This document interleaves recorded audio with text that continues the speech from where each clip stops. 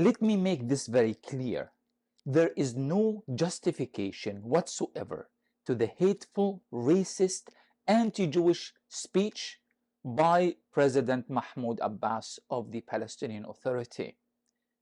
But in order for us to understand our position for the comments he made about the Holocaust, we have to put it within a larger political context. In the last few days, a letter emerged signed by well-respected Palestinian activists that unequivocally condemns Mahmoud Abbas for his morally and politically reprehensible statement. The truth is, Mahmoud Abbas's position has been morally and politically reprehensible for the last 20 years or counting. In fact, we can even go earlier in history. While all of a sudden we are putting this expectations that Mahmoud Abbas should have known better and he should have truly be a good representative and a good leader of the Palestinian people. Mahmoud Abbas is a collaborator. He is a puppet in the hands of Israel, Netanyahu in particular, and the American administration. He feeds and he lives on the crumbs that they throw his way so that he may establish his Ramallah empire and expand it in all directions at the expense of the Palestinian people.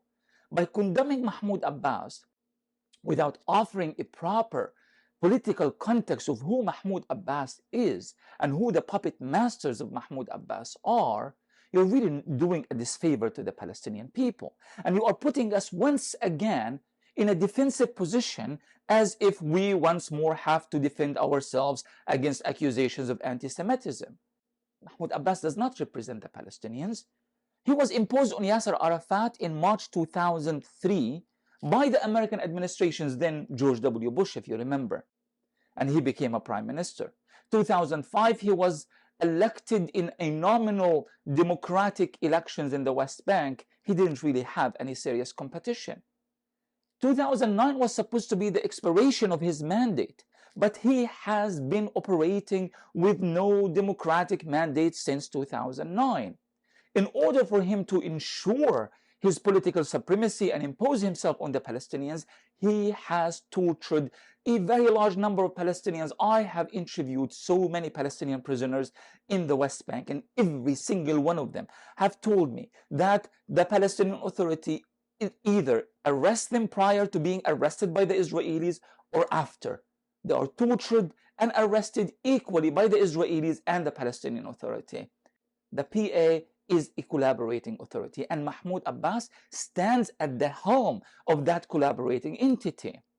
Condemning him out of context, again, invalidates us as Palestinians and validates him.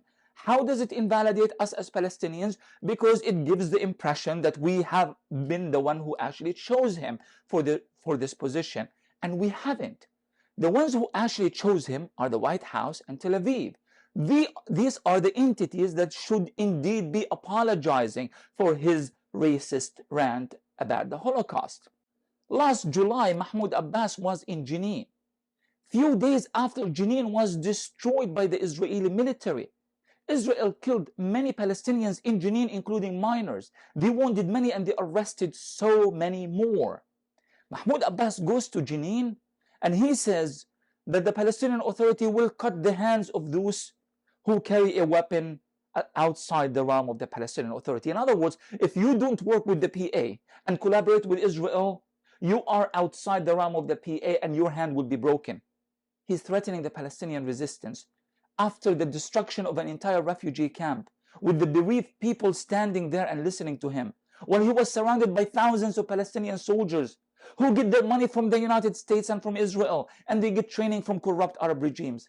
I haven't seen any letters. Nobody asked me or asked anyone to sign any letter condemning Mahmoud Abbas's attack on his own people or the torture of his own people. Those who signed the letters, I have immense respect for most of them, and I worked with some of them, and I will continue to do so. Absolutely, take a moral position, write an analysis, deconstruct the argument, present a moral position, go to Twitter and do so, but to do it collectively is once more creating a rift within our movement and putting us in a position under the radar, so that those who are exploiting Mahmoud Abbas's comments for political reasons, including the US government, including Germany, Tel Aviv, and all of these pro-Israel organizations that celebrate the murder of Palestinians, you put us in a position in which we have to validate ourselves in their eyes. This was Ramzi Baroud with One Take.